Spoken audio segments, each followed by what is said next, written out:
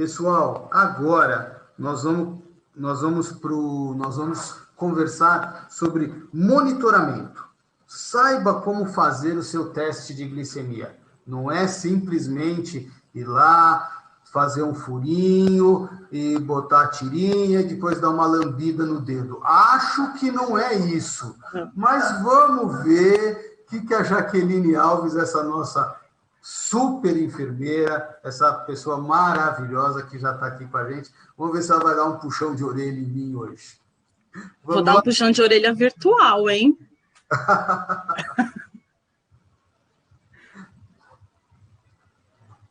Vamos lá, Jaque, com você. Olá, bom dia a todos.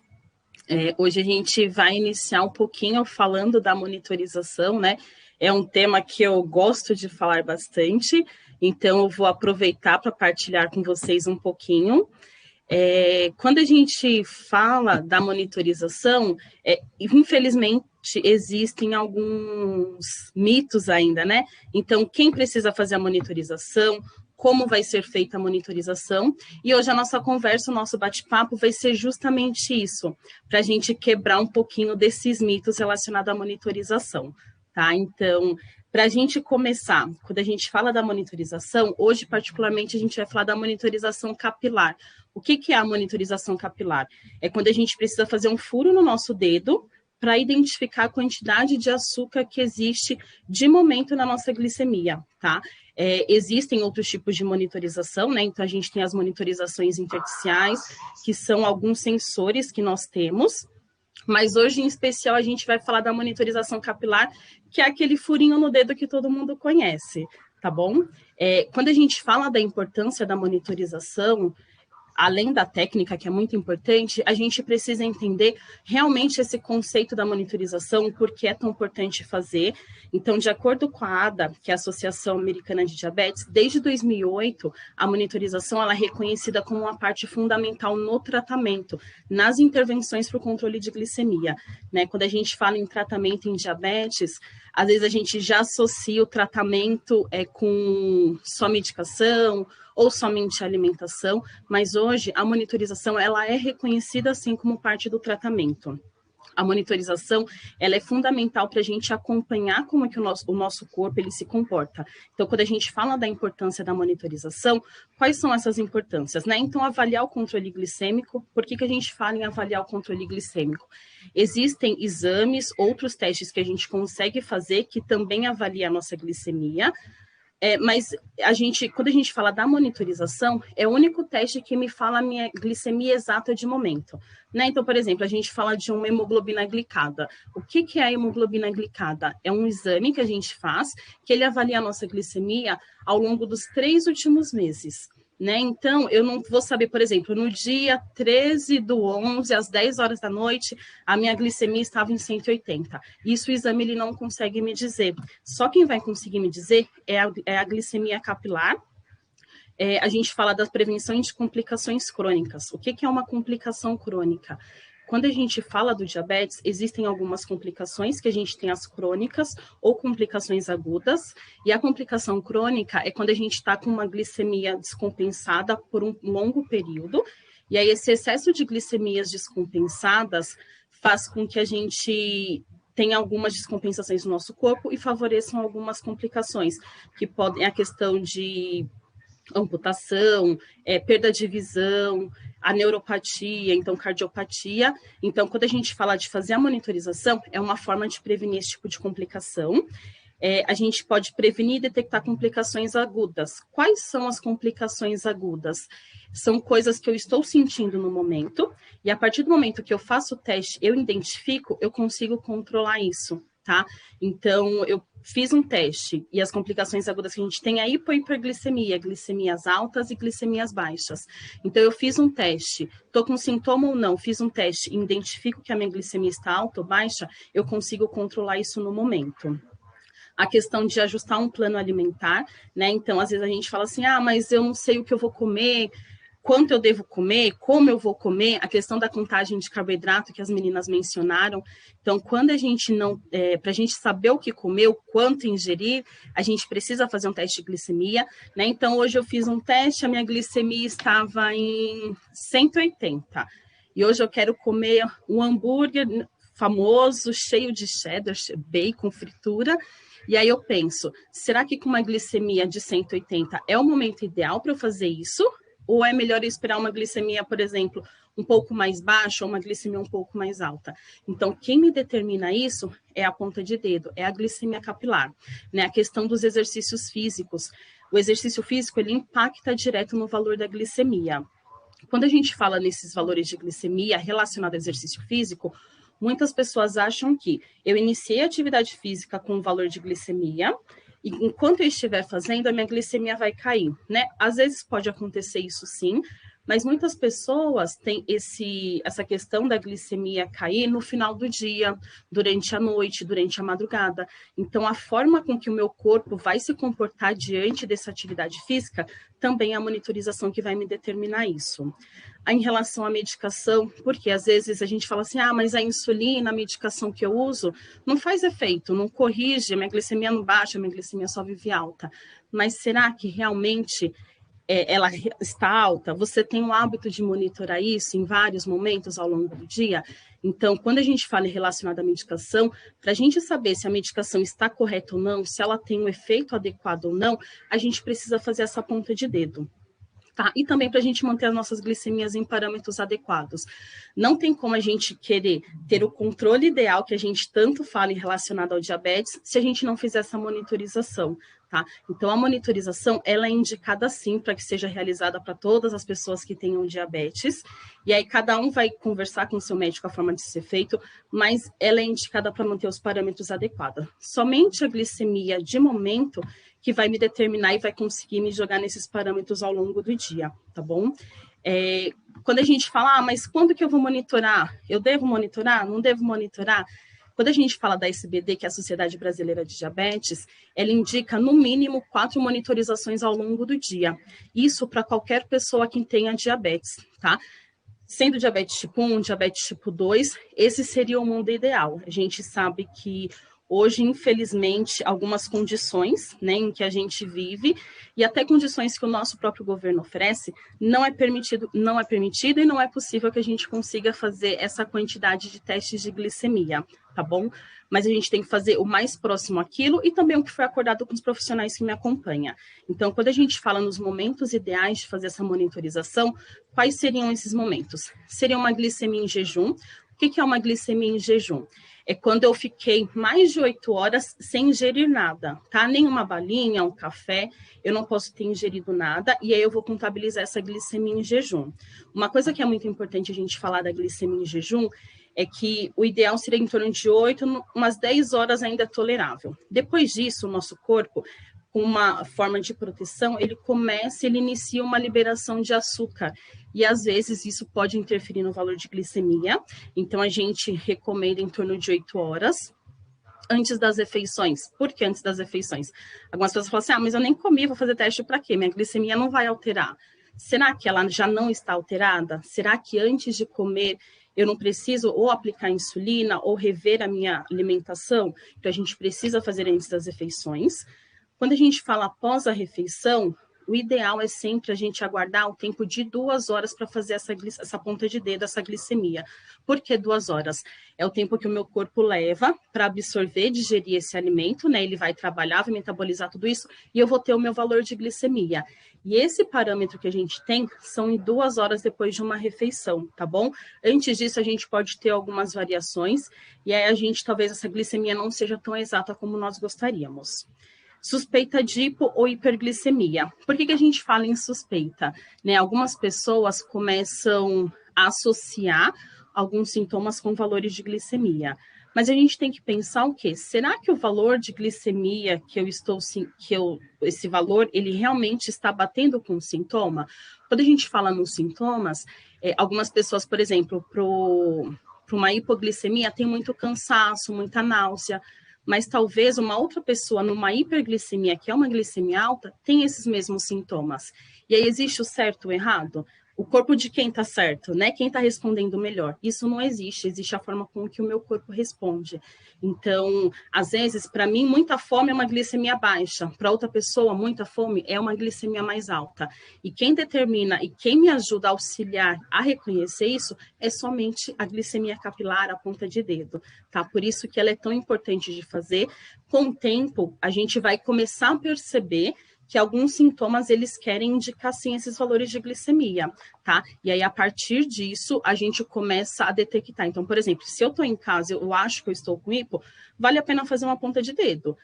Se eu estou na rua, estou correndo, fazendo uma atividade física, e eu não consigo fazer a ponta de dedo, você começa a perceber, olha, eu estou começando a ficar um pouco mais fraco, talvez isso seja um indício de uma glicemia caindo, eu posso fazer uma correção, tá bom? Antes de dormir, por quê? Algumas pessoas falam, mas eu acordei com uma glicemia muito alta. O que aconteceu aí esse antes de dormir durante a madrugada? A gente não sabe, né? A gente não consegue fazer uma sugestão. Será que ficou alto? Será que ficou baixo? Então, precisa fazer essa ponta de dedo antes de dormir, durante a madrugada. E até porque algumas pessoas têm o que a gente chama de hipoglicemia noturna, porque às vezes não fez a aplicação de insulina da forma correta, não comeu a quantidade que era adequada para o corpo, ou está com algum tipo de infecção, algum tratamento diferenciado, e essa glicemia pode cair ao longo da noite. Então, antes de dormir, é legal a gente fazer um teste e pensar, estou com uma glicemia de 90, será que vale a pena fazer um lanchinho ou não para a gente dormir? Né, já estou dormindo com uma glicemia mais alta, eu faço uma correção ou não? Então, a gente consegue ir baseando um pouco mais esse tratamento, tá? Tanto na glicemia do antes de dormir e tanto a glicemia da madrugada. E aí algumas pessoas falam assim, mas você fala nessa quantidade de testes, mas eu nem recebo insumo suficiente para isso. Infelizmente, isso acontece, né? Hoje no Brasil, por exemplo, quem recebe os insumos para fazer o teste de glicemia são pessoas que tenham diabetes e que utilizam insulina, tá? Não é o tipo de diabetes que me determina ou não se eu recebo esses insumos, é o meu tratamento. E a partir do momento que eu recebo esses insumos, que eu faço uso de insulina, eu vou ter uma quantidade também adequada, porque eles vão me prescrever, por exemplo, você vai fazer 3, 4 testes ao longo do dia. E aí é o profissional que vai me determinar isso. Independente da quantidade de testes de tiras que eu receber, eu sei quais são os melhores momentos e eu vou tentar basear isso ao longo do meu dia.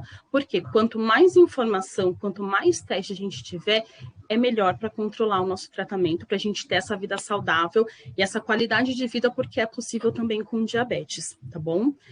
Quando a gente fala assim, mas às vezes tem algumas situações que são necessários intensificar essas glicemias. Somente aquelas glicemias padrões são ótimas, são suficientes, mas em alguns momentos a gente precisa intensificar isso para entender como que o nosso corpo está funcionando. Então, quais são esses momentos? Em mudanças de terapia, então, uma pessoa utiliza a medicação oral e precisou fazer uma mudança para uma medicação, uma insulina, por exemplo.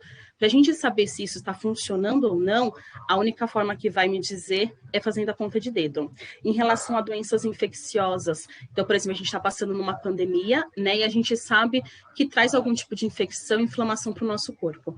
Para quem tem diabetes, sempre que a gente tiver esse tipo de infecção e inflamação, a nossa glicemia ela também pode oscilar muito. Muitas pessoas, às vezes, percebem a alteração da glicemia antes mesmo de uma inflamação. Então, por exemplo, às vezes eu não estou nem com infecção de urina, mas eu não estou com sintomas, na verdade. E aí eu percebo que a minha glicemia está alterando muito. Quando eu vou no médico, eu descubro que eu estou com algum tipo de infecção, porque a glicemia, ela começa a alterar bastante. Para ir pós-operatório, né, quem tem diabetes sempre escuta, você só vai operar depois sua glicemia estiver controlada, porque isso interfere tanto no processo da cirurgia, quanto na minha recuperação. Situações de estresse emocional. Essa é uma parte que a gente tem que tomar um pouquinho de cuidado, né? Às vezes eu faço o que a gente considera errado no tratamento, só tenho glicemias altas e falar, mas eu tô tão nervosa, essa situação de quarentena me deixa tão nervosa que a minha glicemia sobe. O estresse, ele impacta, sim, direto na nossa glicemia, mas ele não pode justificar todos os dias glicemias de 500, 400, por exemplo. A gente precisa investigar para ver se é somente essa questão emocional, tá bom? Para identificação de sintomas de hipo e hiperglicemia, como eu mencionei com vocês, é importante a gente saber durante o período gestacional, ou para mulheres que já tenham diabetes e engravidam, ou para mulheres que não têm diabetes e engravidam, é necessário intensificar essas glicemias, né? Os valores, eles alteram um pouco e a periodicidade de fazer isso também acaba aumentando, para a segurança da mãe e do bebê, e períodos de descompensação. Então, por exemplo, eu sei que numa viagem, durante algum tratamento, pessoas que têm asma, que utilizam corticoide, a gente sabe que essa glicemia altera muito, então, um período de descompensação que a gente precisa intensificar essa monitorização para saber se a gente não vai ter a necessidade de aumentar tratamento, diminuir, como que vai ser feito esse controle, tá bom? Se a gente falar nos valores de referência, né, que é bastante dúvida, mas eu faço, e quanto que está certo, quanto que está errado? Não vai ter o certo, não vai ter o errado, na verdade vai ter aquilo que é recomendado para o meu corpo. Então, esses valores, eles são referências de 2019 e 2020, tá? Então, de acordo com a SBD, que é a Sociedade Brasileira de Diabetes, uma glicemia pré-prandial, que é antes da minha refeição, eu posso ter uma glicemia abaixo de 100, significa um bom controle. Então, por exemplo, eu fiz uma refeição, já tem em torno de 3 horas, eu vou almoçar, deu abaixo de 100? Legal, a gente tem dentro dos valores esperados. Quando a gente fala de uma glicemia pós-prandial, o que é o pós-prandial? É aquela questão da gente já ter se alimentado.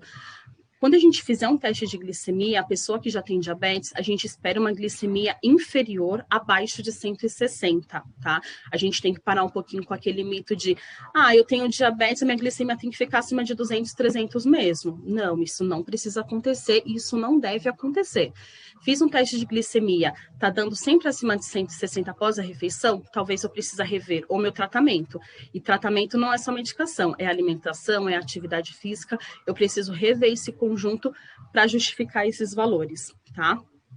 E aí a gente vai falar um pouquinho da técnica para descrever como é que a gente faz a monitorização. Meninas, tem um vídeo, né? Vocês querem rodar antes ou depois da gente falar da técnica? Podemos rodar. Quer soltar?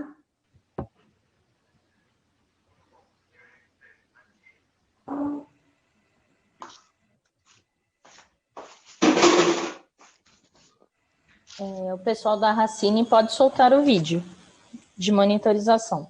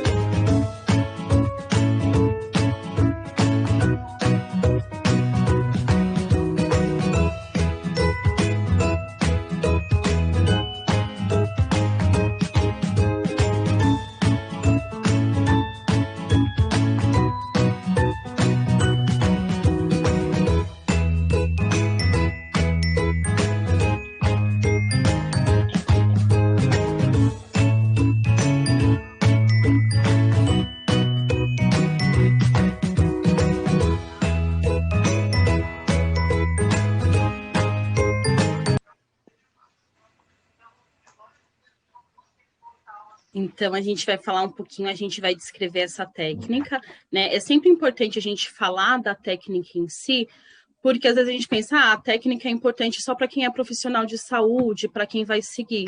Mas não, todo mundo precisa ter o conhecimento, porque muitas vezes um simples erro na técnica, a gente vai ter uma variação de glicemia, tá? Então, para a gente iniciar, a gente vai começar com a higienização das mãos. Por que é tão importante a higienização? Além da pandemia, né, que a gente já está com o hábito de utilizar, eu espero que todos estejam utilizando o álcool, 70%. É importante para a gente tirar excesso de alimento, algum micro-organismo que tem em nossas mãos. Então, a gente pode fazer tanto a lavagem das mãos, se a gente estiver em casa. Se estiver na rua, a gente pode utilizar o álcool 70%, tá? O álcool 70%, ele pode ser em suave. Então, esses envelopinhos, que é um suavezinho que ele já vem com álcool 70%. Posso utilizar a bolinha de algodão com a solução líquida mesmo, também não tem problema. E eu vou higienizar utilizar essas mãos. Independente de lavagem ou álcool, a gente tem que secar bem essas mãos. Se ficar um pouquinho na mão, ele pode interferir no resultado. Separar todo o material. Quando a gente fala em separar o material, tanto em casa, é importante a gente ter tudo que a gente vai fazer. Não adianta coloquei a tira, o lancetador ficou no quarto. Volto, pego o lancetador, quando eu vou olhar, meu aparelho já desligou. Então, vamos separar tudo e para quando a gente vai para a rua, né? Os aparelhos de glicemia, a gente tem umas bolsinhas em que eles vêm que a gente consegue colocar lanceta, a gente consegue colocar o suavezinho ou o álcool líquido. Então, vamos deixar tudo isso separado para esse momento do teste. Verificar a codificação do aparelho, como vocês viram no vídeo, existem alguns monitores que eles têm o código externo. O que é esse código externo? Quando a gente abre uma caixinha de tira, ele vai vir com um código novo e ele vem lacrado, tá? O que a gente precisa fazer? É só abrir esse códigozinho e a gente vai trocar isso no nosso aparelho, tá bom? Todo aparelho, ele tem um código que a gente precisa para fazer esse teste. E alguns modelos, ele vem externo, a gente precisa tirar esse chip e introduzir isso no nosso aparelho. Outros aparelhos, ele já vem com esse código, ele já vem codificado, mas é interno, a gente não precisa fazer isso. Então, todo aparelho que eu sei que vem com esse código externo, lembrar, abrir minha caixinha de tira nova, eu tenho que trocar, porque às vezes ele vai ler o meu resultado, só que o resultado vai estar incorreto. Não é que ele não faz a leitura, ele faz, porém ele faz de uma forma incorreta, para mais ou para menos, e o meu resultado não é real, tá bom? E a questão da validade das tiras, a mesma coisa. Alguns aparelhos não lê tiras vencidas, outros aparelhos leem, porém lê de uma forma incorreta. Então, a gente tem que ficar atento, tanto quanto à validade, quanto à codificação dessa tira. Não tá passando. Próximo passo é colocar a tira no aparelho e aguardar para ele pedir a gota de sangue. Todos os aparelhos que a gente introduzir a tira, eu vou mostrar para vocês, eles sempre vão pedir uma gota de sangue, tá? Por que ele me pede essa gota de sangue? Ele está me falando que ele está preparado para receber esse sangue, né? Enquanto ele não estiver preparado, não adianta a gente depositar que ele vai ficar dando um erro, tá bom? Então, esse aparelho aqui, se vocês perceberem, na parte superior ele está piscando. Isso significa que ele está pronto para teste. Esse outro aparelho, ele já apaga a minha tela inteira. Ele apaga a minha tela inteira e fica pedindo a gotinha de sangue. Então, independente do formato que isso vai acontecer, todos eles vão pedir essa gotinha e eu preciso aguardar isso, tá bom? Se eu colocar antes, às vezes a gente acha que o aparelho está quebrado, só está dando erro. Mas é o simples fato de eu não ter esperado ele piscar a gotinha de sangue para depositar esse sangue. Outra questão é graduar e arrumar meu lancetador. A gente vai ter lancetadores de uso hospitalar, que são esses, menorzinhos. O que é um lancetador de uso hospitalar? É aquele lancetador que a gente vai utilizar em campanhas, em hospitais. Às vezes a gente também tem em casa, que a gente utiliza uma vez e joga fora, tá? Então, a gente só consegue usar ele uma vez e já descarta ele. E a gente também vai ter os lancetadores de uso domiciliar, que são esses que vêm direto com o aparelho. Então, quando a gente fala em graduar, preparar e armar lancetador, para fazer a graduação é feita apenas nesse de uso domiciliar, porque geralmente ele vem com uma numeração de 1 a 5. E aí, o que isso significa? É o quanto a agulha vai entrar no meu dedo, tá? Então, eu não vou iniciar logo do 5, porque minha mão é muito grossa, eu faço muita chapinha, meu dedo já é calejado, eu cozinho muito, homens trabalham um pouco mais. Não, a gente vai iniciar do 1. Fiz o teste, não furou, vou colocar no 2. Não furou, por 3. E aí eu vou aumentando isso gradualmente, tá? E aí a gente sempre precisa preparar e armar esse lancetador. Alguns, a gente precisa só puxar e pressionar. Outros a gente precisa rodar. E aí eu preciso conhecer o lancetador que eu tenho antes de fazer esse teste, tá bom? Posicionar o lancetador na lateral do dedo. Por que a gente sempre vai indicar a lateral do dedo? O meu dedo, na lateral, ele tem um pouco menos de terminação nervosa, tá? Então, isso facilita o teste e sai um pouco mais de sangue. E a gente também precisa fazer o rodízio dos locais que nós iremos furar esse dedo. Não é só o rodízio, não existe nem só de carro, nem só de aplicação de insulina. A gente precisa fazer na ponta de dedo também. Com o tempo, as pessoas vão percebendo que o dedo ele começa a ficar mais marcado. As pessoas mas eu perco a digital, meu dedo está escuro, é porque eu tenho diabetes. Não é porque você tem diabetes. provavelmente você não está fazendo rodízio, a troca é entre esses dedos. Então, eu vou utilizar todos os dedos, sempre a lateral dele, eu vou acabar tendo 2 laterais, consigo fazer um pouco mais em cima, um pouco mais embaixo, e eu vou ter mais espaço para conseguir fazer isso. Então, eu vou posicionar o lancetador, depositar a gota de sangue. Eu vou fazer aqui para vocês, que eu acho que é mais fácil da gente visualizar. Então, limpei o meu dedo, vou usar esse lancetadorzinho aqui mesmo, tá? Então, na lateral do dedo, eu vou apoiar o lancetador e vou furar. Saiu a gotinha de sangue. E essa gota de sangue, eu vou depositar isso no meu aparelho quando ele pedir, tá?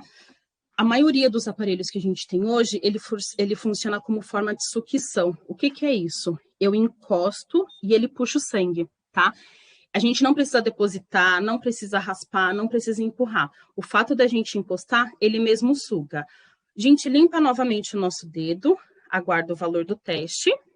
O meu deu 110, vocês podem ver.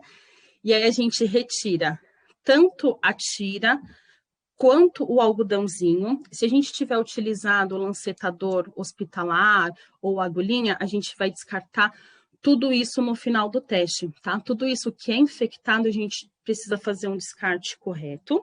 Se você utilizar o swab, quando a gente abrir o swab, esse papelzinho pode ir no lixo comum, porém os demais precisa ser no lixo infectante. A gente conhece o lixo infectante como a caixinha amarela, né, que vocês podem ver, a gente deposita tudo, mas tem pessoas que ou não conseguem comprar ou não recebem essa caixinha amarela. E aí eu vou jogar no lixo comum do banheiro, da cozinha? Não, a gente precisa colocar no recipiente adequado, tá? Então, a gente pode usar frascos como esse ou como o da foto, são frascos mais rígidos, a boca dele também é um pouco maior, a gente descarta tudo isso. Quando ele estiver um pouquinho, não tão cheio, transbordando, a gente vai levar isso numa unidade básica, no posto de saúde. E lá eles vão descartar, tá? Algumas pessoas guardam isso numa garrafa PET. Por que a gente não indica PET de refrigerante ou de suco? A boca dela é muito pequenininha. Quando o profissional de saúde, a gente entrega isso lá, não é que ele descarta dessa forma. Ele precisa retirar todo aquele insumo que você deu no frasquinho e colocar na caixinha amarela dele. E aí, se a gente manda naquela boquinha pequenininha, o risco desse profissional se contaminar é muito grande. Então, também pensando na segurança desse profissional, a gente vai colocar nesse outro recipiente com uma boca maior, que ele só vai abrir e despejar, tá bom? Então, a gente está pensando na nossa segurança e do profissional que irá receber isso também, tá? Quando a gente fala da técnica de monitorização, ela é muito importante, porque qualquer errinho na monitorização, a gente pode perceber a interferência no valor de glicemia, tá? Às vezes a gente pensa assim, eu fiz um teste, estava baixo, eu corrigi com glicose, eu corrigi com mel, açúcar, e depois disso você precisa lavar as mãos novamente, precisa limpar novamente, porque pode ficar um excesso de alimento, de correção, e isso vai interferir no valor de glicemia, tá? Se vocês tiverem alguma dúvida do passo a passo ou de monitorização que eu mencionei, estou aqui para responder as dúvidas de vocês, né? Espero que vocês tenham gostado bastante. E lembrar que quando a gente descreve uma técnica, não é só o profissional de saúde que precisa entender. Quando a gente fala da automonitorização, do autocuidado, é ter propriedade e conhecimento naquilo que a gente faz. Então, lembrar da técnica é sempre importante, tá? Às vezes, quando a gente... eu tenho diabetes há mais de 10, 20 anos, eu sei isso de olhos fechados. Mas, às vezes, a questão que o Giba falou, né? Fiz o teste, vou lamber o dedo porque eu acostumei a lamber o dedo. Não vou mais higienizar minhas mãos porque, eu percebi que é uma besteira. E não é besteira, é tudo questão da gente ter segurança naquele valor, naquele resultado, para a gente conseguir mudar o nosso tratamento e ir em busca daquela qualidade de vida, daqueles valores, desses parâmetros ideais de glicemia que a gente sempre fala, tá bom? Jaque, não fala mal de mim que eu estou ouvindo, hein? Ai, meu Deus, não sabia. Alguém tem alguma dúvida? Quer perguntar alguma coisa?